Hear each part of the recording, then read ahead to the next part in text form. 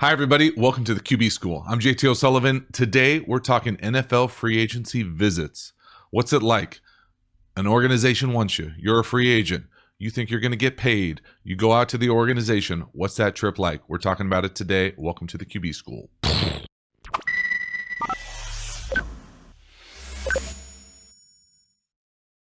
All right, so if you dig this kind of content and you haven't already, please subscribe to the channel. Make sure you hit the bell, notifications when we go live, all sorts of good stuff. I really appreciate the support for the channel. In addition, please think about joining, get the memberships, certain fee for the month. You get the badge after your name. I answer all your questions. It's a cool way to show support for the channel. I really appreciate it as this thing continues to grow. Hopefully y'all enjoy the content and I appreciate the support for the channel. Let's dive into the video. All right, so you're an NFL free agent quarterback.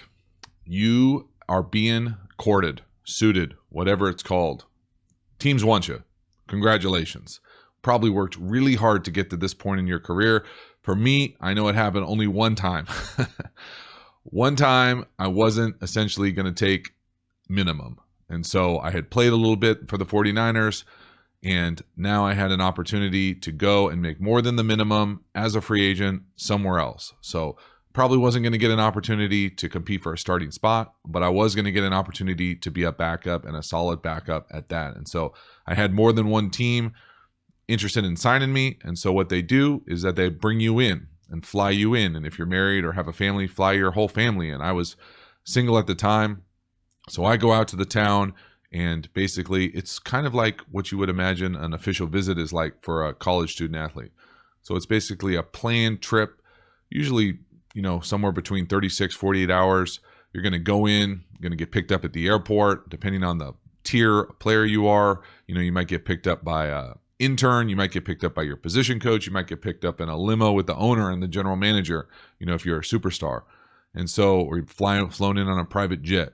For me, I was just flying commercial, picked up. I don't even remember who picked me up at these times. It's usually just an intern, bring you back to the facility, where, again, depending on your tier, and let's just go anecdotally for me, my own experience, you're basically turned over to the position coach.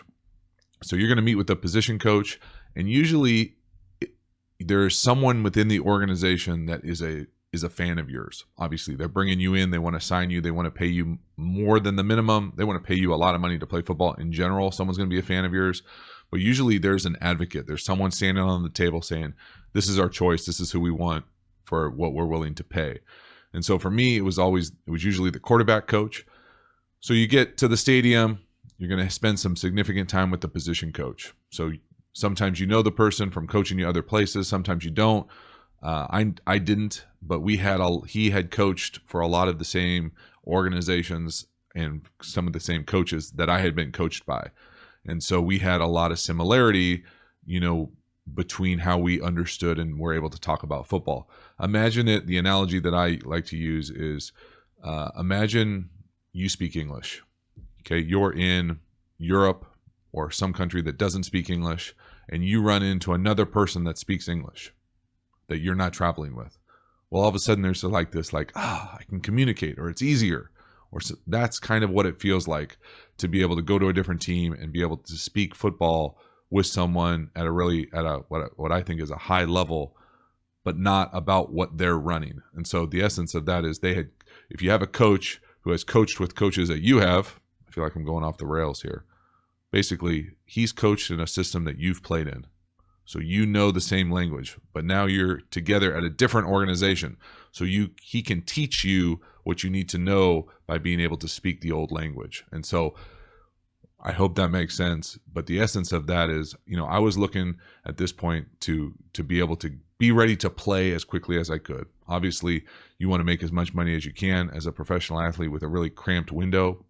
But I wanted to know kind of what the expectations were offensively. Was I going to be able to have to come in and relearn an entire new playbook, relearn a different offense? How are they put together? And so those are the times when you get to sit down with a position coach and be like, let's talk details, let's talk nuance, and make sure that we're all on the same page as far as what we're being asked to do. And for me, that was great. They had a big starting quarterback that was going to play.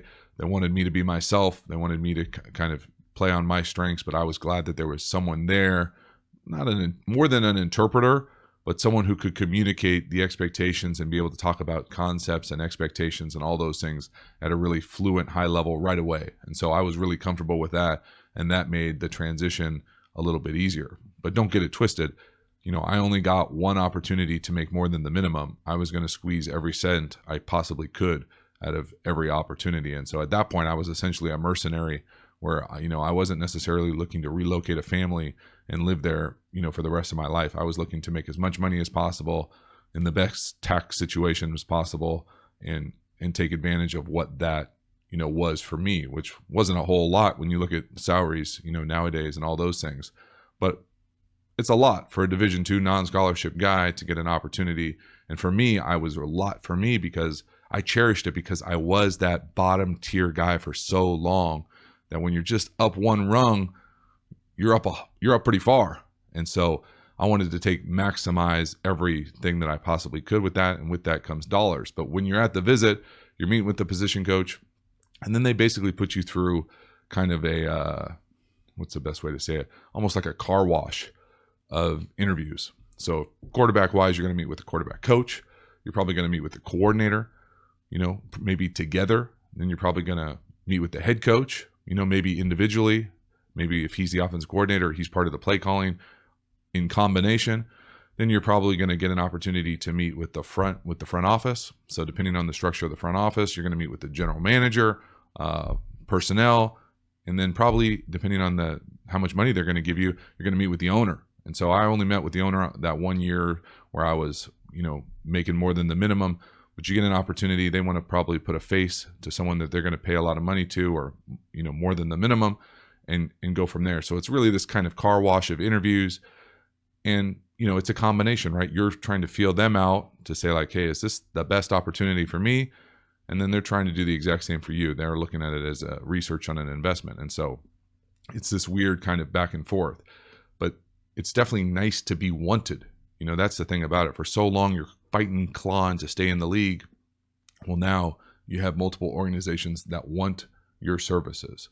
So you get an opportunity to enjoy it. You're probably going to take a tour of the city, maybe opportunities for you where you're going to live. If you have a family, you're going to talk schools, all those type of things. You're going to find out where most of the players live, all those things. And then at night, you're probably going to go out with the coach, with the position coach for sure, maybe the coordinator, maybe the head coach, depending on the tier that you're on.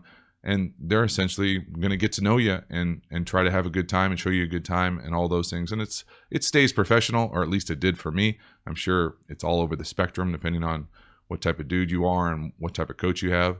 But for me, it was always super professional in those kind of settings. And from there, you just want to get a good vibe. Like, nobody wants to work for a creep or someone you can't stand or tolerate. But at the same time, everybody puts on a front on those type of job interviews. But again, it was just so nice that people wanted you. I just cherished the opportunity more than anything else. And so it was a blast for me. And then finally, you're going to probably come back the next day, wake up, have breakfast, again, kind of circle back.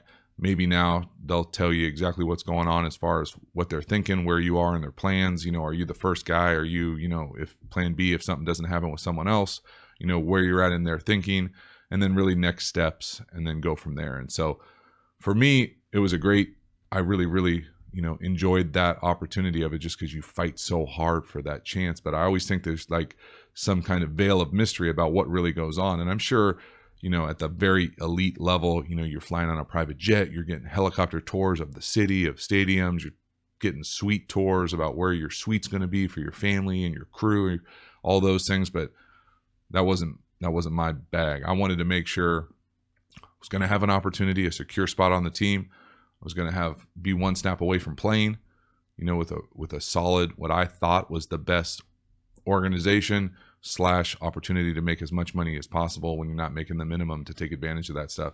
And when I say making the most money as possible, I don't mean the largest contract. I mean the most guaranteed money up front, basically the biggest signing bonus you can possibly get, because that's the only thing that's guaranteed in the league in reality. And so from that standpoint, that's what I was looking for, for a bunch of different reasons. But I think when you're going out there, it's this combination of, every city is nice for 24 hours, 48 hours. And it's a little bit different when you're not going to live there forever. You're not a franchise type player. You're not, all those things. I was going out there to work. and I was going out there to work for our contract and do my absolute best. And it's obviously fun to be in fun cities, but at the same point, you know, the difference in city wasn't going to make a massive difference to me if the money was spectacularly different. But if it's all the same, you know, then you're going to look at, do I get along with the coaches? Do I know the other quarterbacks? What's the offense look like? What's the organization look like? Do they have a track record of being successful? You know, are they on the up or are they on the down? Are they rebuilding? Are they going to draft someone? All those things come into play. And again, there's all sorts of volatility, uncertainty, complexity, ambiguity, you know, in those things. But at the same time, you know, you want as much guaranteed money as possible up front if you get that opportunity. Now, not everybody gets that opportunity, and that's why those things are so special and why those kind of free agent visits are such a unique, special thing, because many guys don't ever even get to free agency. So you get to free agency and people are coveting you. You know, you got to take advantage of those opportunities and realize that they're going to put their best foot forward, obviously, to show you everything great about the organization. But you just want to peel back the layers, make sure that you get to some sort of authentic take. What's your daily life going to be like? What's the team like? What's the organization like? What's the room like? What's your position like? You know, that group of people, what's the coach like? What are they really like? And then make the best decision you can for yourself and your family, and you go from there. But for me, it was a one-time deal. I cherish the opportunity. But again, it's one of those things where NFL free agency, the top guys get all the attention, but the vast majority of people are in that bottom chunk of the pyramid just fighting and clawing. And if you fight your way up one level, you got to take advantage of it and soak the absolute marrow out of that experience. So hopefully you enjoyed the video. Let me know what you think. Let me know if you're enjoying this series of Life in the League. I appreciate it. Thanks for watching. See you next time.